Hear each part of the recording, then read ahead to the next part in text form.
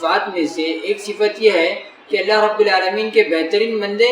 جہنم کے عذاب سے ڈرتے ہیں۔ اللہ رب العالمین کے بہترین بندے جہنم کی عذاب سے بچنے کے لیے اللہ رب العالمین سے بار بار دعا کرتے ہیں۔ آئیے اللہ رب العالمین کی ایک آیت قرآن مجید سے دیکھتے ہیں، اس کے اندر اللہ رب العالمین نے ارشاد فرمایا والذین یقولون ربنا اصرف عنا عذاب جہنم ان عذابها کان غراما۔ اللہ تعالیٰ کہتا ہے کہ جو یہ دعا کرتے ہیں کہ اے ہمارے پروردگار ہم سے دوزخ کے عذاب کو دور رکھ، اور کیونکہ اس کا عذاب چمٹ جانے والا ہے، چپک جانے والا ہے۔ اسی طرح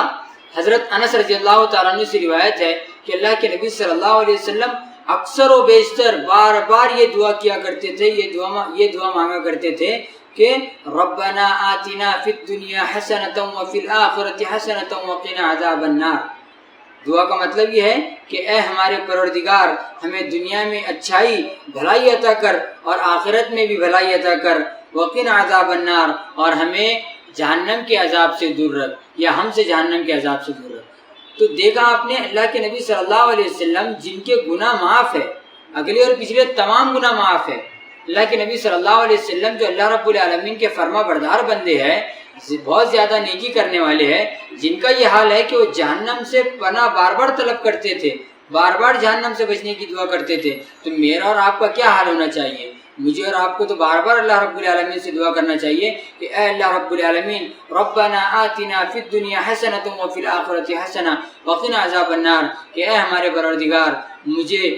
دنیا میں بھلائی عطا کر، آخرت میں بھی بھلائی عطا کر، وقنا عذاب النار، اور جہنم کے عذاب سے، جہنم کی آگ کو مجھ سے دور رکھ، یا مجھ کو جہنم کے عذاب سے دور رکھ، جہنم کی آگ سے دور رکھ۔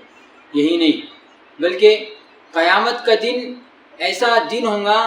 کہ اس وقت لوگ ایک دوسرے سے بھاگیں گے، یوم یفر المرء من اخیہ، بھائی بھائی سے بھاگیں گا، وامہ وابی، ماں باپ بیٹوں سے بھاگیں گے، وصاحبتہ وبنی، دوست اپنے دوست سے بھاگیں گا، بیٹا اپنے باپ سے بھاگیں گا۔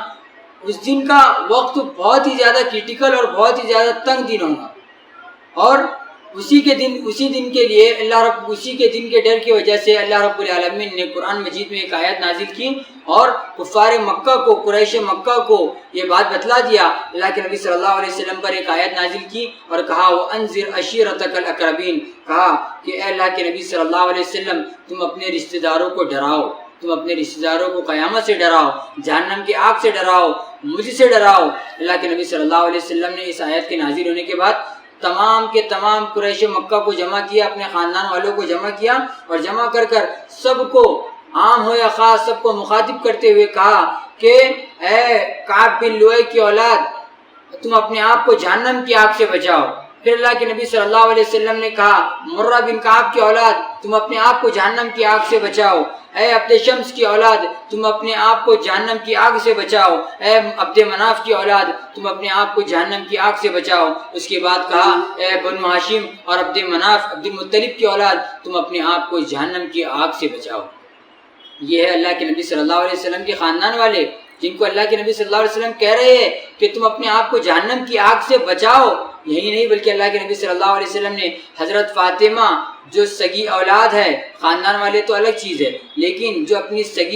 سگی اولاد ہے اللہ کے نبی صلی اللہ علیہ وسلم کی، حضرت فاطمہ رضی اللہ تعالیٰ عنہ، اللہ کے نبی صلی اللہ علیہ وسلم نے ان کو بھی مخاطب کرتے ہوئے کہا، ان کو بھی کہا کہ اے فاطمہ تم بھی اپنے آپ کو جہنم کی آگ سے بچا لو، کیونکہ میں اللہ رب العالمین کے پاس تمہارے کوئی کام نہیں آؤں گا، میں اللہ رب العالمین کے پاس تم کو عذاب سے بچا نہیں سکوں گا، میں اللہ رب العالمین کے پاس تمہیں کچھ بھی سپورٹ نہیں کر سکوں گا۔ تو دیکھا آپ نے اللہ کے نبی صلی اللہ علیہ وسلم جہنم کے عذاب سے کتنا ڈرا کرتے تھے، خود بھی ڈرتے تھے اور اپنے خاندان والوں کو بھی کہتے تھے، اپنی اولاد کو بھی کہتے تھے کہ تم بھی ڈرو، جہنم کے عذاب سے تم بھی ڈرو، اور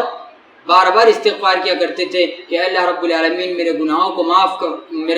معاف فرما اور مجھے وقنا عذاب النار، مجھے جہنم کے عذاب سے محفوظ رکھ۔ آپ کو بھی چاہیے، مجھے بھی چاہیے، اور امت محمدیہ کو، سبھی کو چاہیے کہ وہ جہنم کے عذاب سے پناہ طلب کرے اور اپنے گناہوں کی بار بار اللہ رب العالمین سے معافی مانگے۔